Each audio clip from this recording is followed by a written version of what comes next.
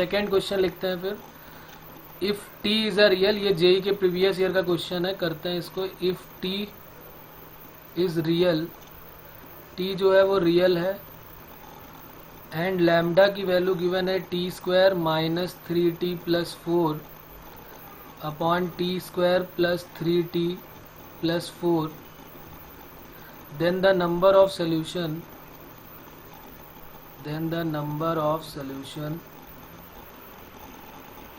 of system of equation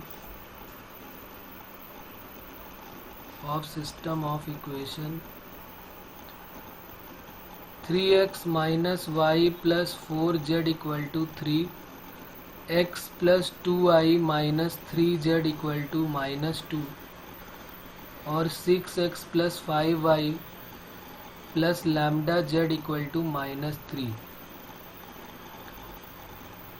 number of solution बताने हैं क्या होंगे। If t is a real and lambda equal to this, then the number of solution of system of equation के लिए क्या क्या solution होंगे। 1 सोल्यूशन, 2 सोल्यूशन, 0 सोल्यूशन और नन, ये बताना है हमको। ए ऑप्शन में लिखा है 1 सोल्यूशन,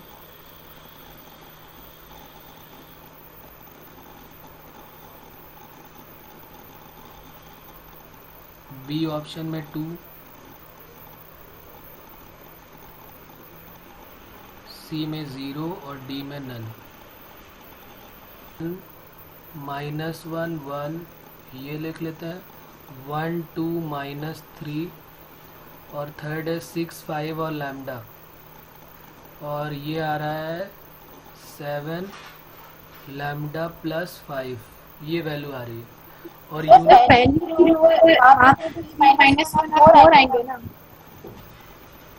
अच्छा एक मिनट, 3 1 4 है। ओके बिल्कुल आया। 3 -1 और 4, सही बात है। 3 -1 और 4, दूसरा 1 2 -3 और 6 5 लैम्डा, हाँ सही है। अब ये कह रहा है कि डी ये आ रहा है। अब लैम्डा पे सारी बात डिपेंड कर रही है कि लैम्डा क्या है। अगर लैम्डा इससे रिलेटेड है, लैम्डा के बारे में अगर हमें पता चल जाए कि लैम्डा की वैल्यू -5 है कि नहीं है, तो अगर लैम्डा -5 होगा तो डी 0 होगा, तो फिर हमें dx dy dz निकालना पड़ेगा। लेकिन यहाँ पर क्या प्रॉब्लम है कि पहले हमें लैम्डा ही ढूंढना पड़ेगा। तो लैम्डा कौन देगा? लैम्डा देगा ऊपर जो ये इक्वेशन गिवन है, लैम्डा इक्वल टू। इससे लैम्डा की वैल्यू कैसे फाइंड आउट करें, कौन बताएगा? इससे लैम्डा कैसे फाइंड आउट किया जाए, ये हमने क्वाड्रेटिक में पढ़ा था कि लैम्डा इससे कैसे फाइंड आउट किया जाए, या लैम्डा की रेंज कैसे मिल जाए कि लैम्डा यहाँ से यहाँ तक लाई कर रहा है। तुमने पढ़ा होगा कि y करके एक फ्रैक्शन दिया है, ऊपर क्वाड्रेटिक दिया है, नीचे। हाँ बोलो। हाँ, जो डिनोमिनेटर वाला है उसको लैम्डा के साथ मल्टीप्लाई कर देंगे, फिर टी में क्वाड्रेटिक बन जाएगी। और फिर दिया कि ग्रेटर देन इक्वल टू कर देंगे। हाँ, क्योंकि इन्होंने बोला है कि टी जो है वो रियल है, ये यहाँ लिखा है कि टी रियल है, तो इसका मतलब जो भी इससे क्वाड्रेटिक बनेगी उसका डिस्क्रिमिनेंट क्या हो जाएगा, ग्रेटर देन और इक्वल टू 0।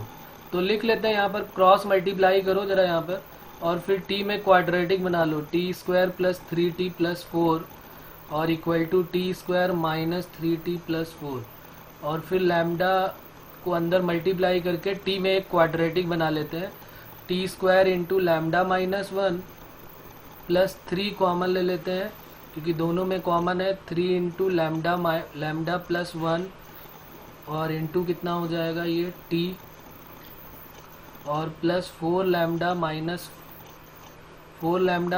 1 हो जाएगा। अच्छा यहाँ पे 4 दिया हुआ है, T square minus 3t plus 4 है, ये लैम्डा नहीं है, ये 4 है, तो इसको 4 कर देता है। देखो क्या कंडीशन बन रही है, क्या ऐसी कोई कंडीशन बन रही है, 4 कॉमन लेने के बाद लैम्डा -1 इक्वल टू 0, ये क्वाड्रेटिक बन रही है। और इसमें बोला गया है कि t जो है वो रियल है, अगर t रियल है तो इसका जो डिस्क्रिमिनेंट है, ये एक इम्पॉर्टेंट पॉइंट है, ध्यान रखेंगे कि जब भी कोई क्वाड्रेटिक हमको गिवन हो x के टर्म में, और वो कह दे कि यहाँ पर जो है वो कह दे कि यहाँ पर जो है x में जो क्वाड्रेटिक है वो रियल है, तो इसका मतलब है कि d जो है वो ग्रेटर देन और इक्वल टू 0 होगा। ये पहले हम बात कर चुके हैं।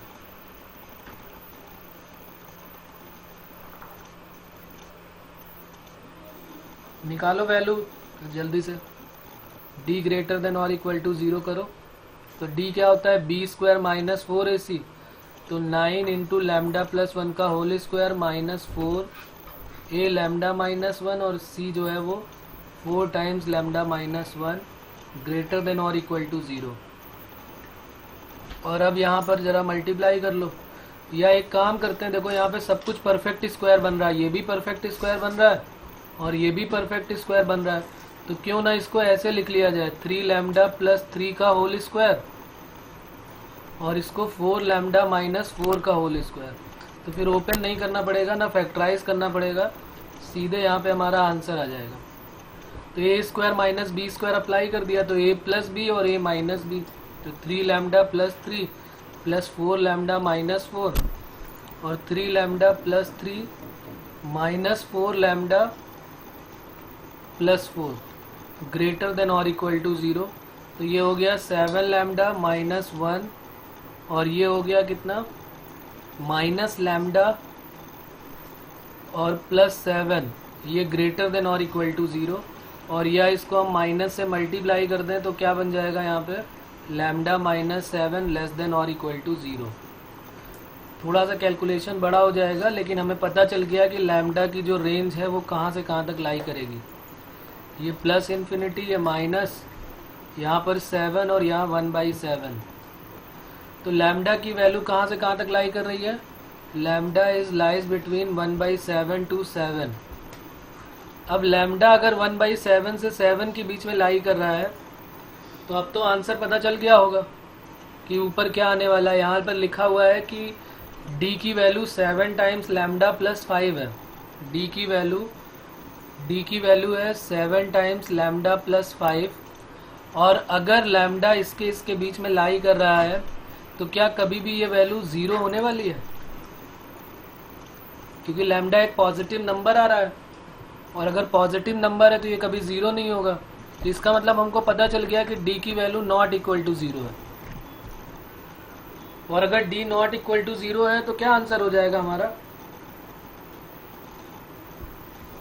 तो आंसर हो जाएगा हमारा यूनिक सोल्यूशन।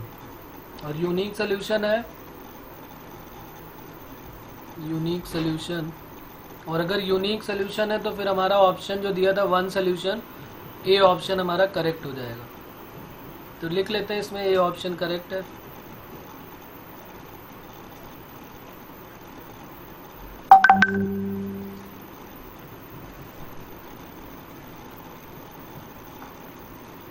किसी को प्रॉब्लम है इसमें बच्चों, इस क्वेश्चन सेकंड में किसी को कोई प्रॉब्लम?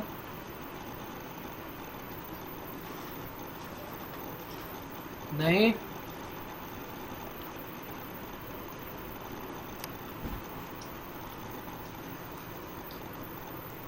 बोलो कोई प्रॉब्लम है? No, yes.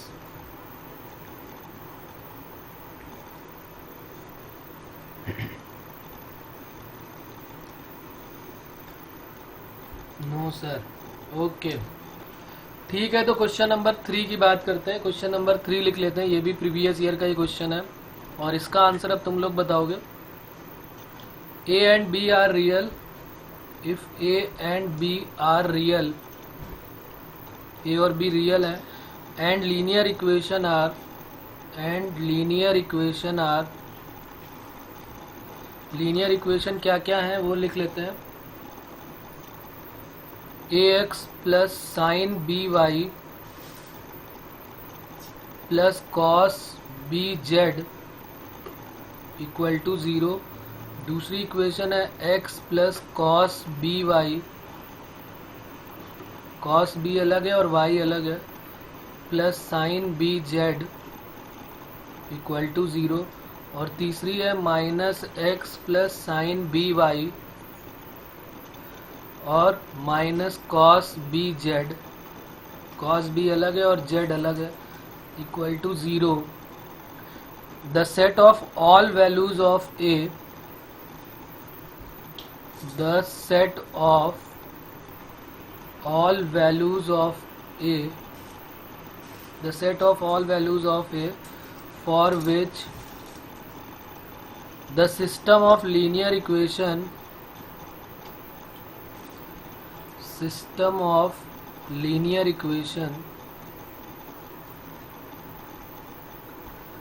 has a non-trivial solution.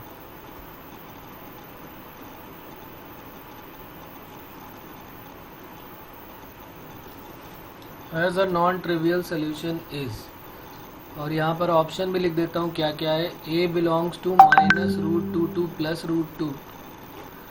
B option है A not belongs to minus root 2 to plus root 2. और C ऑप्शन है A belongs to minus root 3 to plus root 3. और D है none of these. तो जरा बताओ इसमें से कौन सा ऑप्शन हमारा करेक्ट होगा. चेक करो.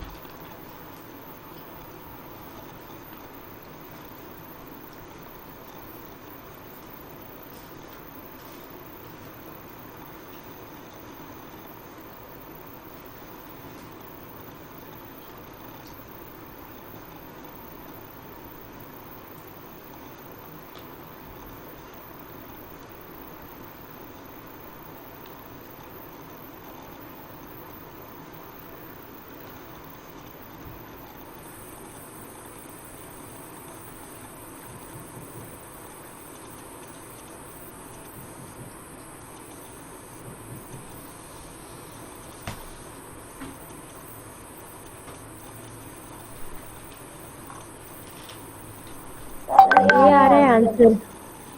A option. हाँ सर. ओके बेटा, करेक्ट है ये ऑप्शन. बाकी लोगों का भी बन रहा है. इसमें समझ में आ रहा है क्या करेंगे. इसमें हमको बस हाँ सर ए आ रहा है. ओके, इसमें हमें बस डी निकाल देना है. और डी की वैल्यू यहाँ पर फॉर ट्रिवियल सोल्यूशन के लिए हम जानते हैं कि ट्रिवियल सोल्यूशन के लिए डी की वैल्यू हमें क्या कर देनी होती है, 0. तो फॉर ट्रिवियल सोल्यूशन डी जो है वो 0 कर दो. और जैसे ही 0 करोगे और एक्सपैंड करोगे तो एक डिटर्मिनेंट बन जाएगा बड़ा सा, और उसी की वैल्यू हमें बतानी है उसकी 0 करके. तो यहाँ पर है a sine b cos b. जिन लोगों का नहीं हुआ उनको बता देता हूँ मैं. 1 कॉस b साइन b. और थर्ड है -1 साइन b और माइनस कॉस b. और इसको हमें 0 लेके चलना है. तो इसको ओपन करने के बाद क्या वैल्यू बन रही है बताओ. ये cos square b minus sine square B minus cos square B. तो ये क्या बन रहा पूरा का पूरा result. A is equals to sin square b minus cos square b. Sine square की sign 2b. Sin equal to sin 2 plus cos. हाँ, जब इसको एक्सपैंड करेंगे तो a इक्वल टू आएगा sine 2b plus cos 2b. ये सब लोग कर सकते हैं, इतना तो सभी को आइडिया है कि डिटर्मिनेंट कैसे एक्सपैंड करते हैं. अब ये तो बहुत इजी सा काम हो गया. ये तो हमने पढ़ा है कि sine theta plus cos theta की मैक्सिमम वैल्यू क्या होती है और मिनिमम वैल्यू क्या होती है. Sine theta plus cos theta की मिनिमम -√2 से +√2 के बीच में होती है. तो ये हमारा जो ऑप्शन ये नंबर दिया हुआ है ये -√2 से √2 के बीच में लाई कर देगा. तो ये हमारा हो जाएगा नेक्स्ट क्वेश्चन. ठीक है बच्चों, तो आंसर ऑप्शन ए हमारा करेक्ट हो जाएगा. A option is correct. फिर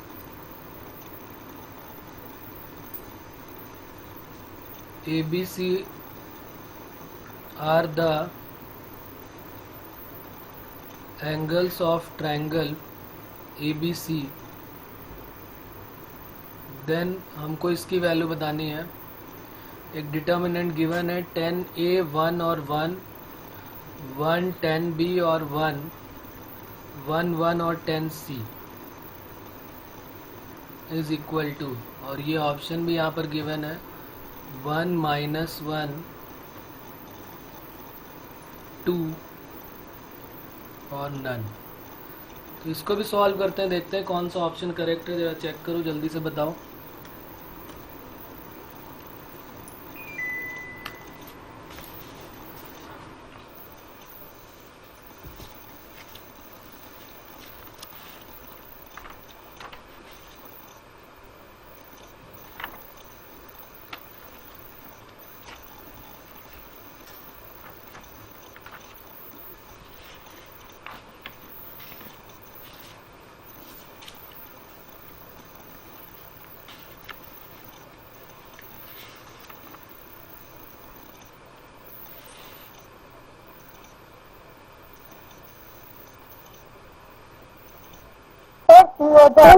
जाएगा 2। क्या आ रही वैल्यू 2? हाँ हाँ, कैसे करेंगे बेटा बताओ। एक्सपांड कर देंगे सीधा, फिर बस प्रॉपर्टी लगा देंगे सिग्मा पाई कहने वाली। हाँ बिल्कुल सही है। जैसे ही इसको एक्सपैंड करोगे सीधे सीधे रिजल्ट बनने वाला है, इसमें कुछ भी ज़्यादा काम करने की ज़रूरत नहीं है। जैसे ही इसको ज़ीरो भी बनाने की ज़रूरत नहीं है, सीधे सीधे यहाँ पर आ जाएगा 10A लिया तो 10B इंटू 10C माइनस 1, फिर माइनस का जब 1 लिया तो ये बन जाएगा 10C माइनस 1, और जब प्लस का 1 ले लिया तो ये 1 माइनस 10B, और इक्वल टू क्या हो गया, इसकी वैल्यू हमें निकालनी है तो मल्टीप्लाई कर देते हैं। तो 10A 10B 10C और minus 10A minus 10C plus 1 और माइनस 10B। तो ये हमने रिजल्ट पढ़ा था कि ट्रायंगल के केस में हमको ध्यान रखना है। कंडीशनल आइडेंटिटीज़ पढ़ा था पिछले साल, तो उसमें हमने ये पढ़ा था कि अगर इस टाइप का कभी केस आता है 10A 10B 10C और प्लस 2, और ये हमने NCERT में भी पढ़ा था कि 10A 10B 10C जो होती है वो 10A plus 10B plus 10C की इक्वल होता है। तो ये पूरा का पूरा पार्ट और ये पूरा का पूरा पार्ट कट जाता है और वैल्यू आ जाती है 2। याद है कि ये याद दिलाऊं कैसे आता था। A प्लस बी प्लस सी किसी ट्रायंगल के लिए पाई हो जाते थे, तो A प्लस बी को हम पाई माइनस सी कर लेते थे और बोथ साइड 10 ले लेते थे। तो 10 of A plus b equal to 10 of pi minus c, और 10A प्लस बी को ओपन कर देते थे 10A plus 10B upon 1 minus 10A 10B। ये डायरेक्ट वैसे याद रखना चाहिए हमको, इतना टाइम नहीं लगना चाहिए। ये 10C हो गया, और जैसे ही क्रॉस मल्टीप्लाई करोगे तो 10A plus 10B equal to क्या हो जाएगा, माइनस का 10C और प्लस 10A 10B 10C, और जैसे इसको उधर भेज देंगे तो 10A plus 10B plus 10C equal to 10A 10B 10C आ जाएगा। इसलिए हमने इस वाले पार्ट को और इस वाले पार्ट को कट कर दिया। ठीक है बच्चों, यहाँ तक बात क्लियर है कि प्रॉब्लम है इसमें? यहाँ तक बात क्लियर हो रही है? ओके, तो लिख लेते हैं क्वेश्चन और लास्ट क्वेश्चन, और इसका आंसर बता दो जल्दी से फिर। Omega is a cube roots of unity. Next question है, ये बिल्कुल हमारा लास्ट चल रहा है ट्रिक इसका डिटर्मिनेंट्स का। अगले टर्न पे ये कंप्लीट कर लेंगे, इसको ख़त्म हो जाएगा ये, फिर कुछ नया स्टार्ट करेंगे। इसलिए अपना मॉड्यूल का जो भी डाउट्स है वो भेजते रहो, और मॉड्यूल ज़रूर करते रहो। जिन लोगों ने अभी नहीं किया हुआ है, कुछ लोग अभी नहीं भेज रहे हैं मेरे इतना कहने के बाद भी, तो मैंने जिन लोगों को बोला है वो ज़रूर भेजें और सॉल्व करें। कोई प्रॉब्लम आती है तो पूछें, पर उसको सॉल्व ज़रूर करें, क्योंकि सॉल्व नहीं करेंगे तो फिर प्रॉब्लम है। Omega is cube roots of unity. Omega जो है वो क्यूब रूट्स ऑफ यूनिटी है। देन हमको एक ये डिटर्मिनेंट दिया हुआ है छोटा सा, इसकी वैल्यू बतानी है। 1 plus 2 omega to the power 100 plus omega to the power 200 1 omega. दूसरा है omega square 1 plus omega to the power 100, और जितना लिखने में टाइम लगेगा उससे जल्दी सॉल्व हो जाएगा ये, 200 ओमेगा स्क्वायर। और थर्ड है 1 ओमेगा, और ये है 2 plus omega to the power 100 plus omega to the power 200। इसकी वैल्यू बतानी है क्या होगी। और ऑप्शन है इसके दिए हुए, ए ऑप्शन है 1, बी ऑप्शन है ओमेगा, सी ऑप्शन है ओमेगा स्क्वायर, और डी है नन। एग्जैक्ट वैल्यू भी बतानी है क्या आ रही है इसकी।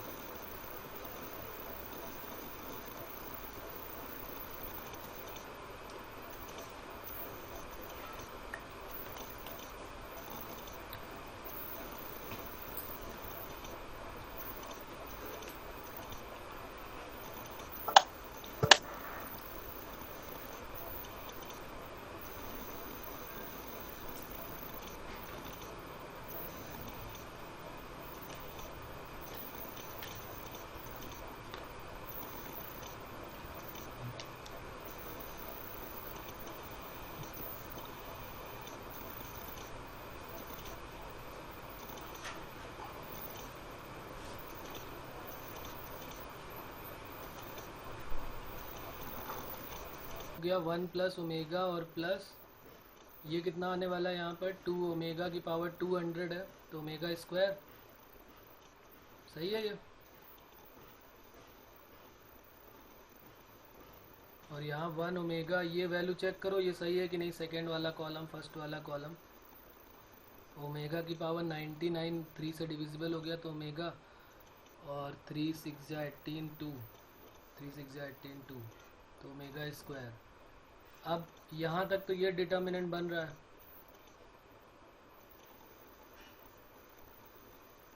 हम अगर एक काम ये भी करें, अगर हम थोड़ा ध्यान दें यहाँ पे, तो C1 में अगर C2 और C3 दोनों को ऐड कर दें तो देखो यहाँ पर कितना आने वाला, 1 और 1 2, और यहाँ 2 ओमेगा और ओमेगा स्क्वायर 2 ओमेगा स्क्वायर, तो ये आ जाएगा 2 कॉमन लेने के बाद 1 प्लस ओमेगा स्क्वायर, जिसकी वैल्यू 0। सेकेंड वाले को ध्यान से देखो तो इसमें भी वही आने वाला है 2 plus 2 omega plus 2 omega square, और थर्ड में भी वही आने वाला है 2 plus 2 omega plus 2 omega square.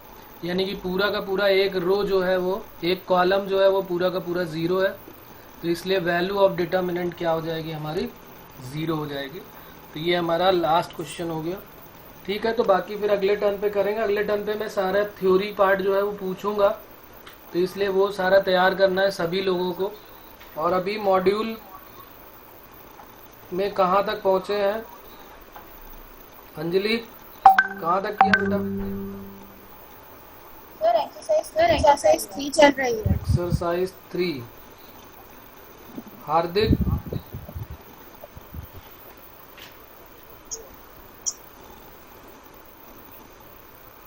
बोलो क्या वैल्यू पुट करें जरा देखो। A square plus B square plus C square की वैल्यू -2 गिवन है, एंड ये भी जेई के प्रीवियस ईयर का ही क्वेश्चन है। एफ ऑफ एक्स की वैल्यू गिवन है 1 plus a square x, 1 plus a square, और into x 1 plus a square, और इंटू में एक्स, और यहाँ पर 1 प्लस बी स्क्वायर ब्रैकेट में है into x, 1 plus B square x, और 1 प्लस बी स्क्वायर और इंटू में एक्स, और यहाँ पर 1 प्लस सी स्क्वायर इंटू एक्स, 1 प्लस सी स्क्वायर इंटू में एक्स, और 1 प्लस सी स्क्वायर एक्स। कहीं पर ब्रैकेट लगा है, कहीं नहीं लगा, ध्यान देंगे। जहाँ नहीं लगा है वहाँ पर नहीं लगाया मैंने, 2 में है, 1 में नहीं है, तीनों में। Then fx is a polynomial of degree, fx is polynomial of degree। ये बताना है कि fx किस डिग्री का पॉलिनोमियल है। बताओ इसका हम कैसे सॉल्व करें। इसको करने का भी एक मेथड है, लेकिन वो काफ़ी बड़ा मेथड हो जाएगा अगर हम इसको सॉल्व करने के लिए बैठेंगे तो। और अगर हम थोड़ा दिमाग लगाएंगे, ABC की कुछ वैल्यू पुट कर देंगे तो फिर आंसर जल्दी आने वाला है, नहीं तो एक बहुत बड़ा कैलकुलेशन बनने वाला है। AB की वैल्यू 1 है, C की वैल्यू 2 और D की वैल्यू 3। हाँ बोलो, किसी को कुछ आइडिया लग रहा है? आंसर 2।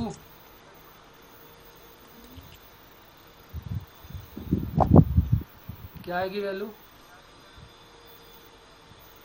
अगर हम कॉलम डिवाइड कर देंगे तो हमें 1 plus a square plus b square plus c square plus 2 value मिल जाएगी x।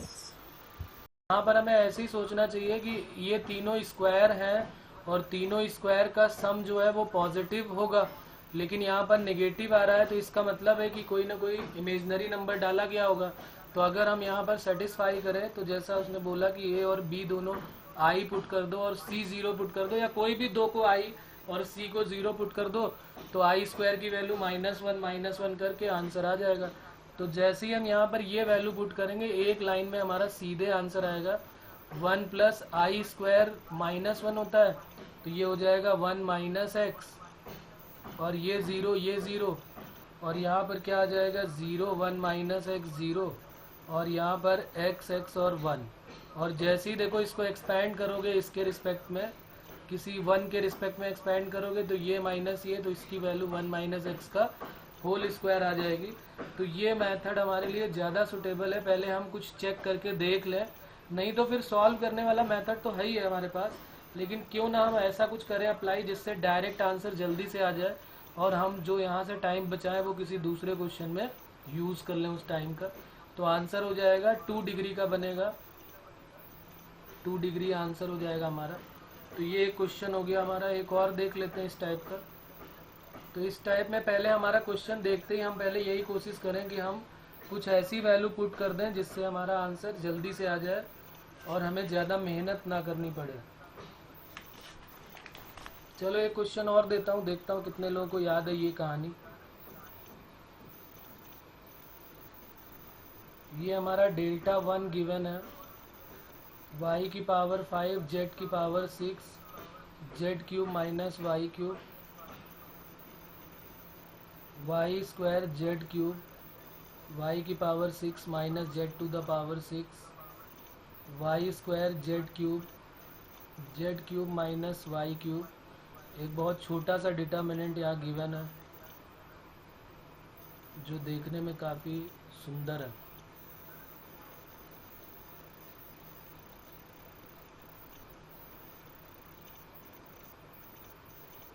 जिसको देखते ही मतलब अच्छा लगेगा कि अरे वाह ऐसा डिटर्मिनेंट बहुत इजी। x की पावर 4 y की power 5 y cube minus x cube. दूसरा है x y square x to the power 6 minus y to the power 6 और x y square y cube minus x cube. और दूसरा and delta 2 करके एक given है, x y square z cube x की power 4 y की power 5 z to the power 6। और third है 7 8 और 9, 7 8 और 9। ये डेल्टा 1 और डेल्टा 2 दो गिवन है। देन डेल्टा 1 इंटू डेल्टा 2 पूछा है उसने, डेल्टा 1 इंटू डेल्टा 2 की वैल्यू क्या होगी। और ऑप्शन भी दिए हैं, डेल्टा 2 क्यूब, बी में डेल्टा 2 का स्क्वायर, सी में डेल्टा 2 की पावर 4 और डी में नन। तो बताओ बच्चों इसमें क्या आंसर आना चाहिए। करो, इसको भी करो जल्दी से।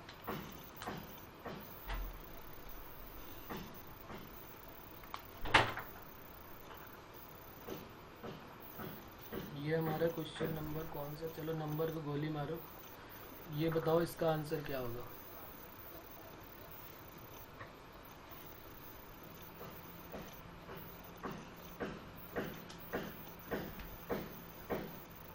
एक फैक्टोरियल करके भी जेई में क्वेश्चन पूछा गया इस तरीके से।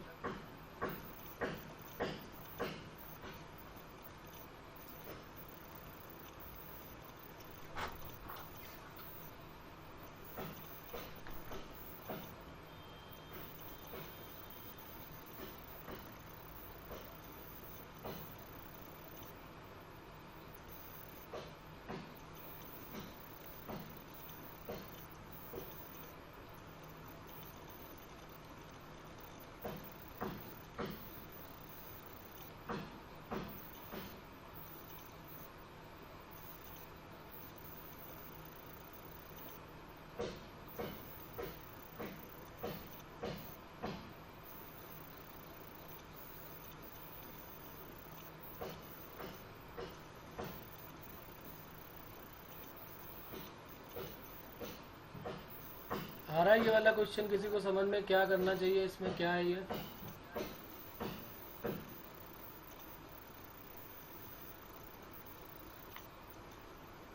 बोलो भाई, कोई है?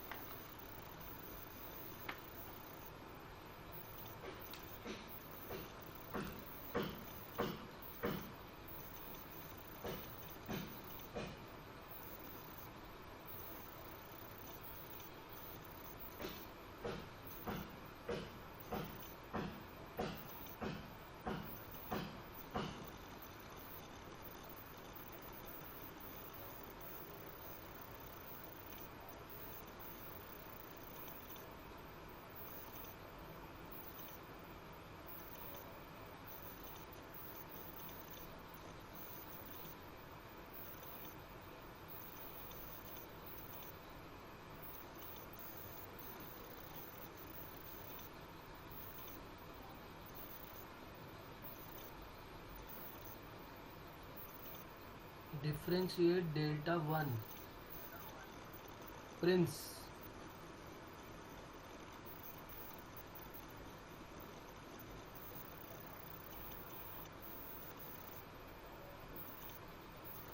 हाँ प्रिंस, ओपन करना जरा अपना, अनम्यूट करो।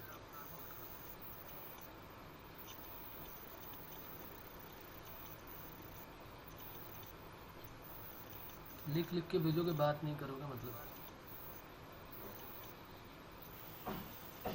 चलो, और किसी के दिमाग में कुछ आ रहा है? इन्होंने तो बताया अपना कि डिफरेंशिएट कर दे। बोलो दिशा।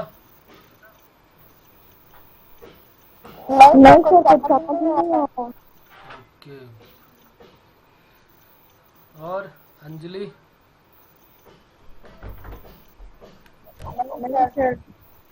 चलो ठीक है भाई, फिर सभी से पूछ लेता हूँ नाम ले लेके। वैसे किसी को भी नहीं आ रहा ना, क्लियर है कि किसी का भी नहीं। तो अब चलो एक प्रॉपर्टी याद दिलाता हूँ, रेसिप्रोकल डिटर्मिनेंट। अगर याद हो, एक बार एक और भी बड़ा क्वेश्चन इसी टाइप का मैंने दिया था और मैंने बोला था कि ये प्रॉपर्टी याद रखो, तो रेसिप्रोकल डिटर्मिनेंट की प्रॉपर्टी। अब जरा देखो सेकेंड वाला, जो फर्स्ट वाला क्वेश्चन है, रेसिप्रोकल डिटर्मिनेंट से सॉल्व होने वाला है क्या? रेसिप्रोकल डिटर्मिनेंट होता है कि जब भी कभी एक डिटर्मिनेंट के कोफैक्टर निकाल के उनको अरेंज कर देते हैं, तो देखो पहले वाले एक्स का, अब पहला वाला तो बड़ा है, तो पक्की बात है कि दूसरे के कोफैक्टर ही पहले वाले के दिए गए हैं। मतलब दूसरे वाले को जब हम सॉल्व करेंगे, उसका कोफैक्टर निकालेंगे तो फर्स्ट वाला दिया हुआ है। फर्स्ट वाले का कोफैक्टर तो निकालने में ही हमारे हाथ पैर कांपने लगेंगे, क्योंकि बहुत बड़ा क्वेश्चन है ये तो सेकंड वाले का क्या सारा सेकंड का कोफैक्टर फर्स्ट में दिया हुआ है क्या? जरा एक का चेक कर लो, बाकी का अपने आप आइडिया हो जाएगा कि हाँ ये सही है, बात है। तो अब हम चेक कर लेते हैं। यहाँ पर देखो, फर्स्ट वाले का जब चेक करोगे कोफैक्टर सोल्यूशन, अगर हम करें फर्स्ट वाले का, इस वाले का सोल्यूशन कर रहे हैं यहाँ पर, तो फर्स्ट वाले का कोफैक्टर जब निकालेंगे, कोफैक्टर ऑफ x, तो ये हो जाएगा y की power 5 z to the power 9, y की power 8 z to the power 6। तो y 5 कॉमन होगा और z 6 कॉमन हो जाएगा। और यहाँ पर ऊपर अगर ध्यान से देखो तो y 5 z 6 ही दिया हुआ है, और y 5 कॉमन हुआ, z 6 कॉमन हुआ, तो z cube minus y 5 common हुआ ये। तो ये देखो यहाँ पर दिया हुआ है y 5 z 6 z cube minus y cube बना। तो अब बात क्लियर हो गई होगी। तो अब आंसर बता दो क्या होगा, कि अभी भी कोई प्रॉब्लम है?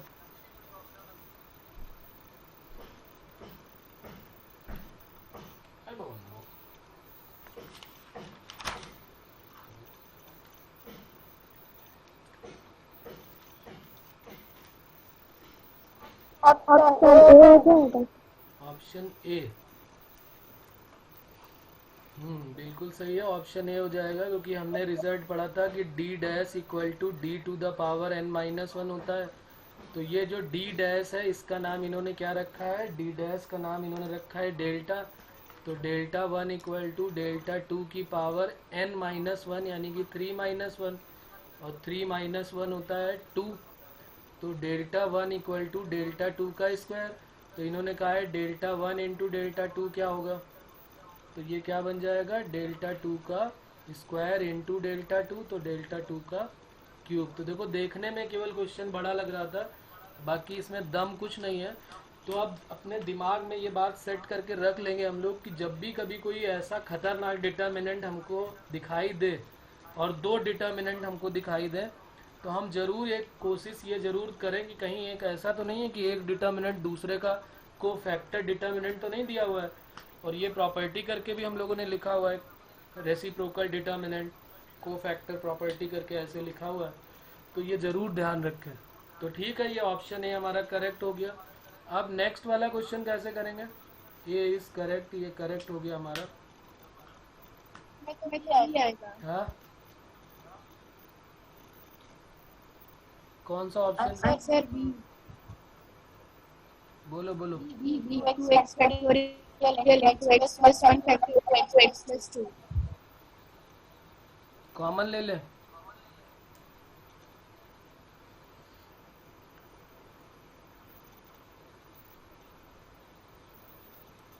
यहाँ पर क्या हम कॉमन ले लें, यहाँ पर इसके फैक्टोरियल को भी कुछ और मेथड है हमारे पास। तो हम क्या करेंगे यहाँ पर, देखो एक तो कॉमन लेने वाला डायरेक्ट मेथड वो तो है ही हमारे पास, लेकिन हम थोड़ा अपना दिमाग यूज़ करें यहाँ पर कि क्या यूज़ करें दिमाग यहाँ पर कैसे कि ठीक है वो बात सही है कि यहाँ से हम x फैक्टोरियल कॉमन ले लें, यहाँ से x प्लस 1 ले लें और यहाँ से x प्लस 2 ले लें, वो तो सही बात है, वो तो ले सकते हैं, कोई प्रॉब्लम नहीं है। तीसरे वाले से x प्लस 2 फैक्टोरियल कॉमन ले लें, लेकिन हम इसको इस तरीके से नहीं करेंगे। हम क्या करेंगे, x की वैल्यू क्या पुट कर दें यहाँ पर,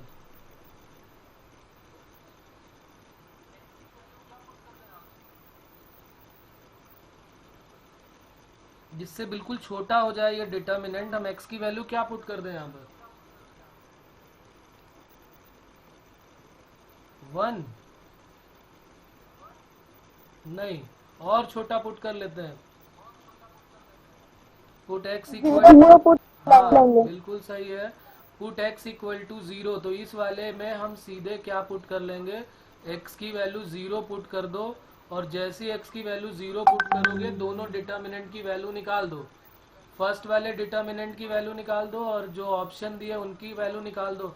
0 जैसे ही रखोगे तो 0 रखने से यहाँ क्या मिल जाएगा 0 फैक्टोरियल, यहाँ आ जाएगा 1 फैक्टोरियल 2 फैक्टोरियल, यहाँ क्या आ जाएगा 1 फैक्टोरियल 2 फैक्टोरियल 3 फैक्टोरियल, और यहाँ 2 फैक्टोरियल 3 फैक्टोरियल 4 फैक्टोरियल। और ये कोई बहुत बड़ा काम नहीं, इसको सॉल्व कर लेंगे, सबकी वैल्यू निकाल के इसको एक्सपेंड करके या कुछ कॉमन अमन लेके इसको सॉल्व करेंगे, और जैसे ही इसको सॉल्व कर लेंगे, सॉल्व करने के बाद फिर जो भी x की वैल्यू 0 है वो ऑप्शन में भी पुट कर देंगे।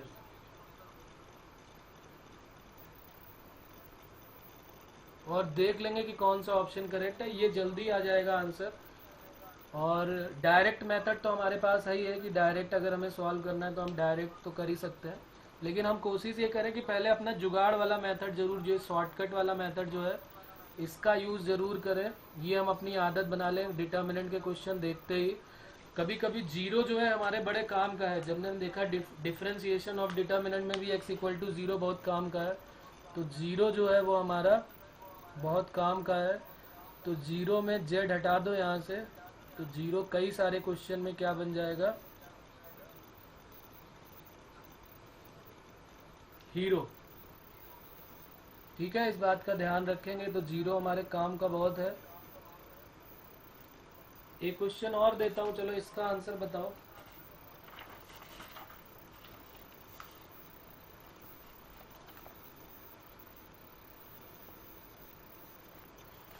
ये भी जेईई के प्रीवियस ईयर में पूछा गया क्वेश्चन है। 1 1 1 1 1 प्लस एक्स 1 1 1 1 प्लस वाई, और कह रहा then d is number a option है divisible by x but not y, और यहाँ लिखा हुआ है कि x और y जो है वो नॉट इक्वल टू 0।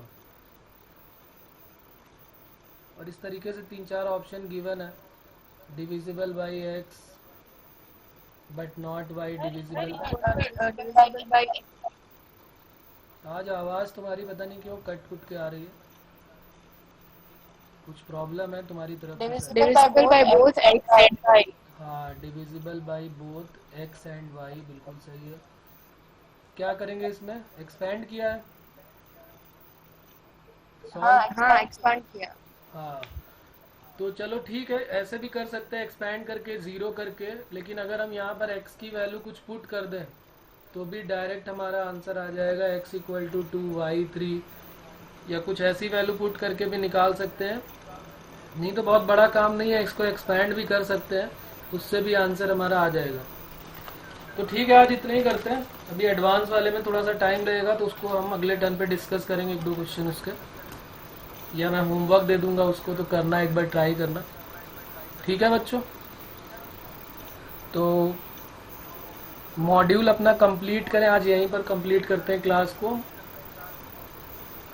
और जल्दी से सॉल्व करें क्योंकि ये चैप्टर हमारा कंप्लीट हो चुका है। ओके, चलो फिर, ओके, बाय बाय, मिलते हैं अगले टर्न पे।